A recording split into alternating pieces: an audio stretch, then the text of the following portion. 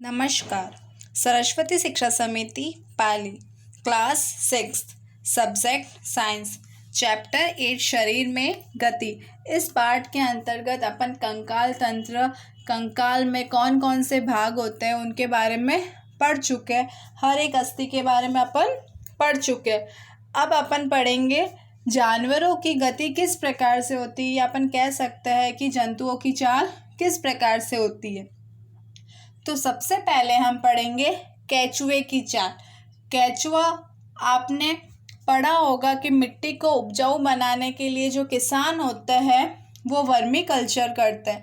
मतलब जो केचुए होते हैं उनको मिट्टी में डालते हैं और उससे मिट्टी उपजाऊ बनाता है। वो किस प्रकार से मिट्टी को उपजाऊ बनाते हैं वो अपन इसमें आगे पढ़ेंगे। तो सबसे पहले केचुए की चाल के बारे में पढ़ते हैं।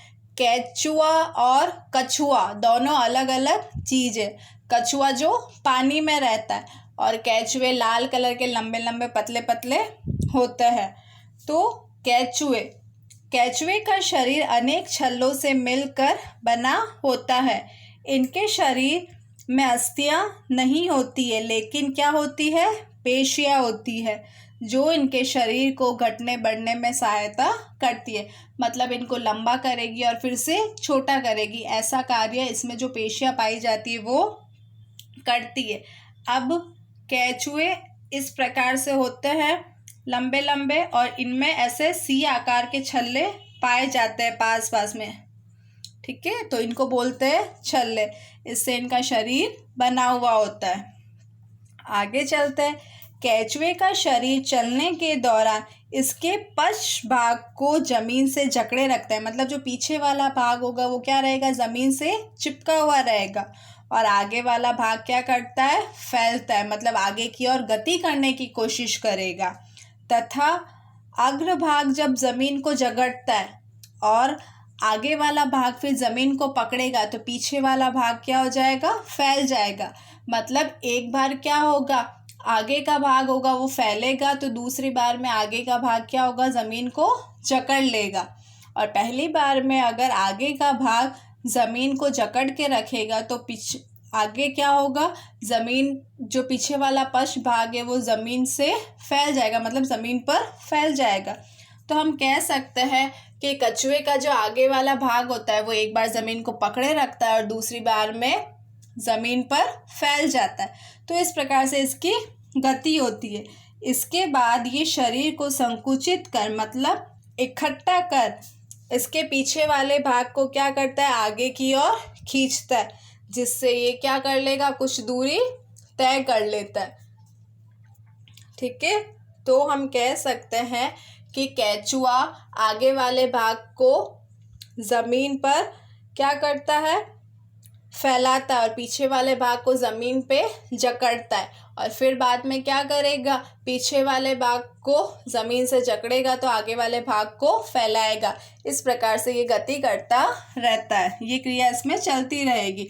ये शरीर को संकुचित करेगा तथा अपने जो आगे वाला भाग होता है उसको क्या करता है, आगे मतलब पीछे वाले भाग को आगे की तरफ खींचने का कोशिश करेगा, जिससे कि ये क्या होता है, कुछ दूरी तय कर लेता है। इसके शरीर पर कुछ चिकने पदार्थ होते हैं जो कि इसे चलने में सहायता करते हैं। अब केचुए क्या करते हैं, अधिकतर अपनी गति किस में करते हैं, मिट्टी में करते हैं। तो इसके अंदर कुछ चिकने पदार्थ होते हैं जो इससे चलने में सहायता करते हैं। आगे देखते हैं। इनके शरीर पर छोटे छोटे शुक, मतलब कुछ बाल जैसी आकृति पाई जाती है। ये शुक पेशियों से जुड़े रहते हैं। इस बल को मैं बाल कर दूंगी, बाल जैसी आकृति होती है। ये शुक क्या होते हैं, जो केचुए की जो पेशियाँ होगी उससे जुड़े हुए रहते हैं और इन्हें मिट्टी में पकड़ने के लिए मजबूती बनाए रखते हैं। जो शुक होंगे वो मिट्टी में केचुए के शरीर को जकड़े रखते हैं, पकड़ के रखते हैं। केचुए अपने रास्ते में आने वाली मिट्टी को क्या करता है, खाता है तथा अपाचित भोजन को शरीर से बाहर निकालता है। ये अपशिष्ट भूमि को उपजाऊ इसका जो अपशिष्ट होता है वो भूमि को उपजाऊ बनाता है। मैंने भी आपको बताया था कि किसान क्या करता है, मिट्टी को उपजाऊ बनाने के लिए वर्मी कल्चर करता है। ठीक है, कंपोस्ट खाद डालता है। तो कंपोस्ट खाद क्या होती है, वो केचुए को मिट्टी के अंदर डालता है और केचुआ क्या करता है, उस ज़मीन की जो मिट्टी होती है उसको खाता है और मिट्टी को खाने के बाद में वो क्या करता है, शरीर से जो अपाचित भोजन होता है उसको निकालता है और वो अपाचित भोजन ही क्या होता है, मिट्टी के अंदर जाके मिक्स हो जाता है और वो अपाचित भोजन ही मिट्टी को क्या करता है, उपजाऊ बनाता है। ये कछुआ और इसकी चाल है। आपने देखा होगा कि इस चित्र में बताया गया है, पहले तो इसके ऊपर सी आकार के छल्ले आपको दिखाई दे रहे हैं, फिर अपन ने पढ़ा था ये क्या करता है, अगर पीछे के भाग को जकड़े रखता है तो आगे के भाग को फैलाता है और अगर आगे के भाग को जकड़े रखेगा तो पीछे के भाग को फैलाएगा और फिर ये संकुचित होकर, मतलब ये क्या हो जाता है, इकट्ठा हो जाता है और पीछे वाले भाग को क्या करता है, आगे की तरफ खींचने की कोशिश करता है। तो इस प्रकार से केंचुए में गति होती है। आगे हम पढ़ते हैं तिलचट्टा या कॉकरोच। आपने देखा होगा कि कॉकरोच चलता है, उड़ता है, दोनों प्रकार की गति करता है। तिलचट्टे में 3 जोड़ी पैर होते हैं जो उन्हें चलने में सहायता करते हैं। इनका शरीर बाह्य कंकाल जो होता है उससे ढका हुआ रहता है और ये बाह्य कंकाल क्या होता है, कठोर होता है, कवच जैसा। ये कंकाल बहुत सारी संधियों से मिलकर बना होता है जो इसे चलने में सहायता करता है। तिलचट्टे में 2 जोड़ी पंख पाए जाते हैं जो कि क्या करते हैं, इसे उड़ने में सहायता करते हैं। कॉकरोच जो होते हैं वो उड़ सकते हैं।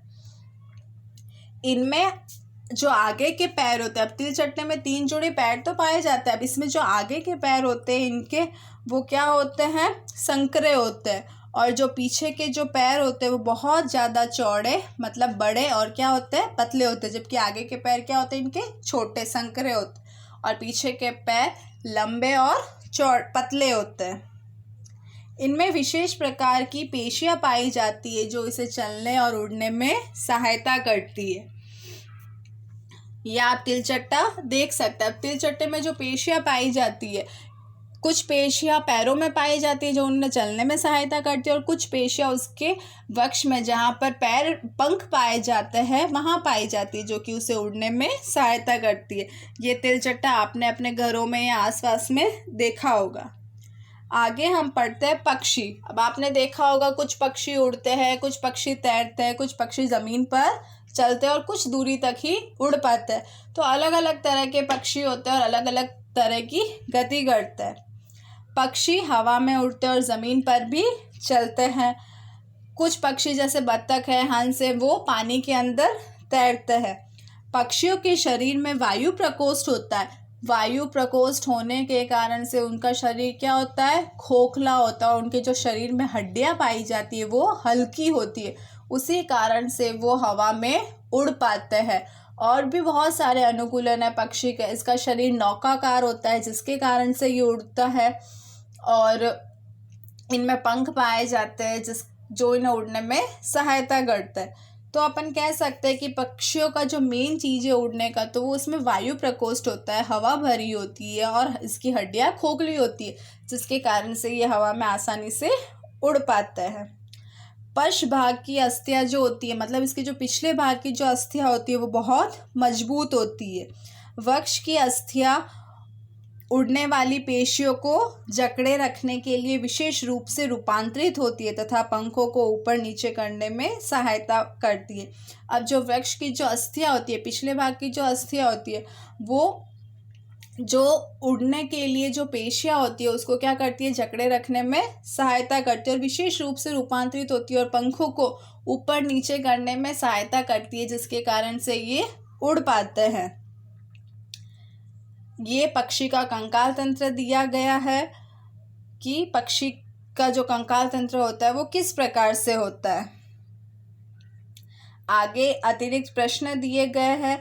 केंचुआ किस प्रकार से गति करता है वो ये सब लिखना है। अगर आगे का भाग ज़मीन से जकड़ा रहेगा तो पीछे का जो भाग होता है वो फैलता है और पीछे का भाग अगर ज़मीन से जकड़ा रहेगा तो कछुआ आगे का भाग फैलाता है और कुछ संकुचित होता है और पीछे के भाग को आगे की तरफ खींचता है जिससे वो कुछ गति तय कर पाता है। कॉकरोच में कितने जोड़ी पैर होते हैं? 3 जोड़ी पैर होते हैं। और इनके पैर किस प्रकार के होते हैं? तो आगे के पैर संकरे होते हैं और पीछे के पैर चौड़े और पतले होते हैं। ठीक है, धन्यवाद।